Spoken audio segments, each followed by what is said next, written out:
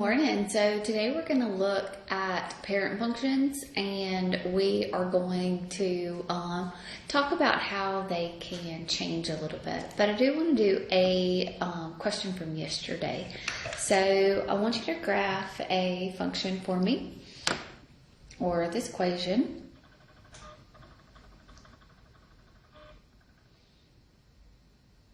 Okay, so I want you to graph y equals 1/2 x minus a 1, and I want you to plug in these values for x.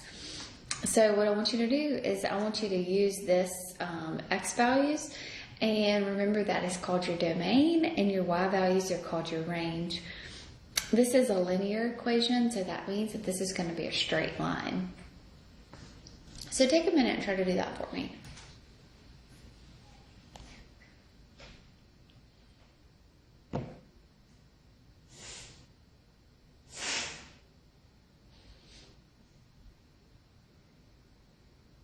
Okay, so if I plug a -4 in for my x, then I'm going to get 1/2 times -4 minus a 1. So -4 times 1/2, so that's going to be -4 over a 2, and -4 over 2 is a -2. So -2 minus a 1 is a -3. If I wanted to plug in a -2, then I will have 1/2 times -2 minus a 1. So this will be -2 over 1. So when you multiply, you say -2 over 2 minus a 1. -2 over 2 is a -1 minus a 1, which is a -2.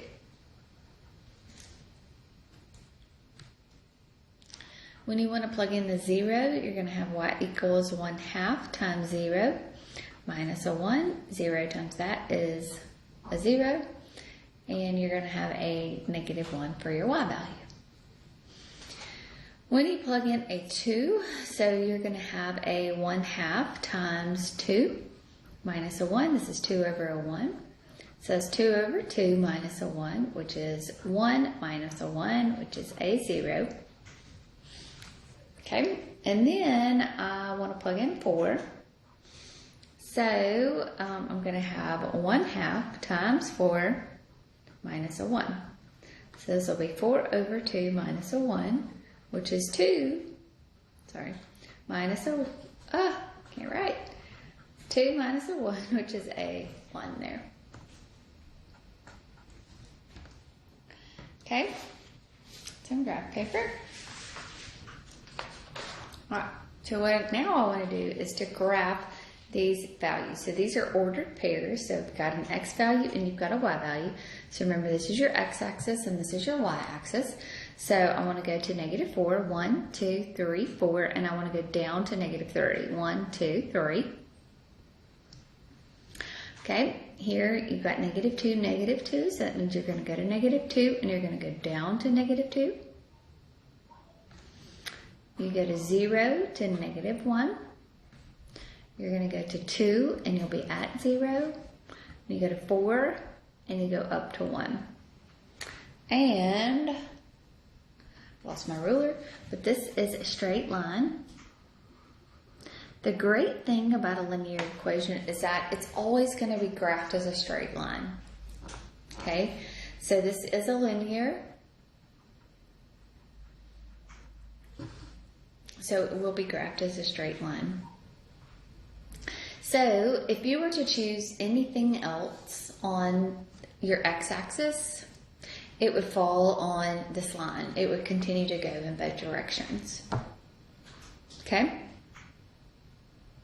Okay, so linear equations are our straight lines. Okay, so today we're going to look at parent functions. So parent functions are what the standard graph looks like. Okay, and we're going to talk a little bit about linear functions, and we're going to talk about quadratic functions, and we're going to talk about cubic. Okay, so today we're going to look at parent functions.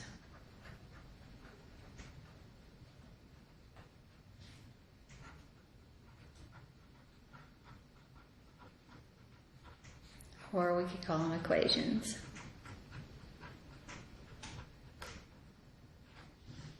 Okay, parent functions are the standard form of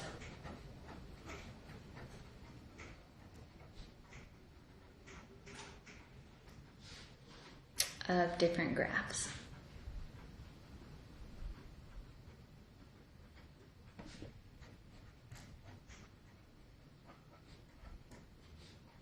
Okay, so yesterday we looked at linear equations. So a linear equation is going to be y equals x. So what this means is that the exponent on the x is a 1. So this is considered a linear equation.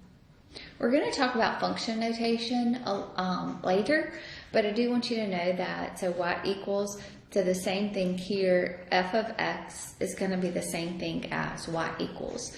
So this would be considered your function notation. Okay, just in a few days we'll talk about function notation, but just kind of introducing it to you a little bit. So this is a linear equation. All right, so linear equations are going to be a straight line. Okay, so they're going to be graphed as a straight, continuous line.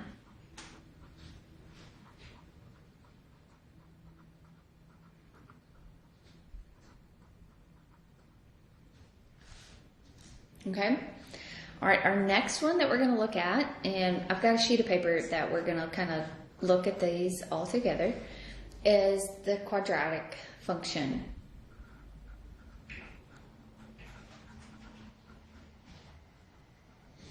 So quadratic just means that you'll have f of x is equal to x squared. The function notation is f of x equals x squared. Okay? So quadratics are going to be parabolas. So quadratics are going to be U-shaped graphs. They are called parabolas.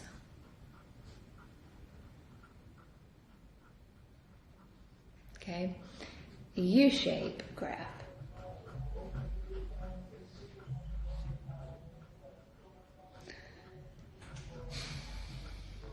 So U-shaped graphs have a low point and they continue to go in for your range there.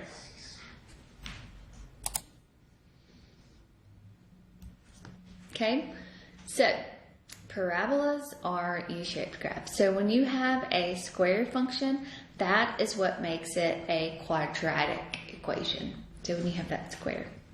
Okay? The next one that we're going to look at is called our absolute value. And we've already talked about absolute value equations when we were solving absolute value equations. But this one is going to be kind of funny. It's very similar to the quadratic, but it is actually going to be a V-shaped graph. There's not a special name for this one. It's going to be a V-shaped graph.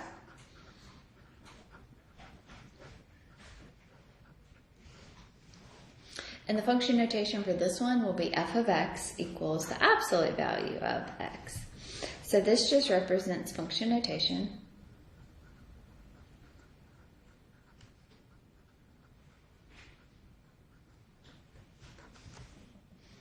Okay, so absolute values are V-shaped, quadratics, squared functions are U-shaped, and linear functions are straight lines.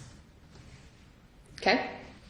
All right, so let's look at some parts of the parent functions. So you should have this with you so that you can kind of fill in the tables here. So let's fill in some values for x. So let's fill in -4, -2, 0, 2, and 4. And I want to fill that in for all of them. I'm just choosing some x values for these functions so that I can graph them.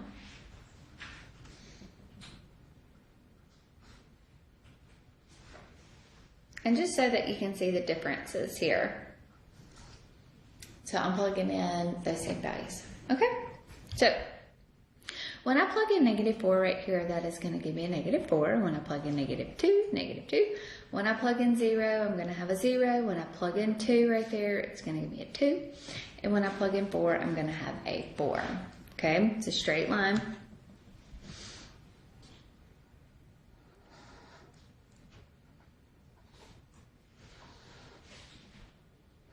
Okay, so -4, we're going to go 1, 2, 3, 4. We're going to go down 1, 2, 3, 4. -2, we're going to go down to 2. At 0, we're at 0. At 2, we're up 2. And at -4, we're up -4. So parent function is a straight line in both directions. Okay? All right, so let's look at this. Domain. Domain, I can plug in anything I want to in this function. Remember, domain is what your x values can be. But for right now, I only plugged in these values, but it continues to go in both directions. So that means that my domain, I can plug in anything. So -infinity to infinity.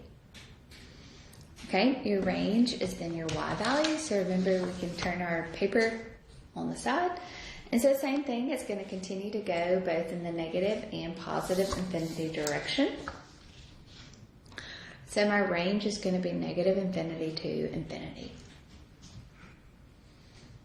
What's happening to this graph? So I'm going to put a little stick figure right here. Oops, where's my stick? Well, let me put it different because I'm going to put this beautiful stick figure here. So as I walk along the x-axis, what is happening to my graph? So as I put this little stick figure, what is happening to my graph? I am increasing from left to right. So I am increasing all the way across. So I'm increasing from -infinity to infinity. And these are always, your increasing and decreasing are always going to be from your x-axis. Okay? I'm not decreasing anywhere, so I'm walking across and I'm not decreasing anywhere. I really just want you to know what the parent function looks like right now, and we're going to talk a lot more about domain, range, increasing and decreasing later, and especially when you get in Algebra 2, we'll revisit all this. Okay, symmetry here. Symmetry just means, does it look the same on the left as it does the right? So, symmetry means if I fold this paper in half, okay, maybe along a point, does the graph meet? It doesn't. If I fold it like this, does it make the same graph? And it doesn't. What about if I rotate it around? Then I have the same function both ways. So this symmetry right here is origin symmetry, because I rotated it about that origin. So when I rotate it around, it gives me the same graph again. Okay? So the end behavior. So as my x approaches infinity, what happens to your y values? They're going in the positive y direction. So they're going in positive infinity direction. As x approaches -infinity, what is happening to your y values? They're decreasing. So they're going in negative infinity direction. Okay? All right, so I want you to try to do this quadratic function. It's a quadratic, so what do we know that it looks like? It looks like a U. So I want you to try to plot these points for me. So take about 10 minutes and try to graph these two functions without me plugging in the values. Okay. So if I plug in -4, so remember, you're replacing that x, so that's going to be a -4 squared. And so remember, we talked about that a lot. This is -4 squared, so that is a -4 times -4, which is a positive 16. Okay, if I plug in a -2, that's going to be a -2 squared, and a -2 squared is a positive 4. A 0 squared is just a 0, a 2 squared is a 4, and a 4 squared is a 16. So I'm going to start my x-axis down here. I don't think I have enough for 16 though. So I'm going to go to -4, 1, 2, 3, 4.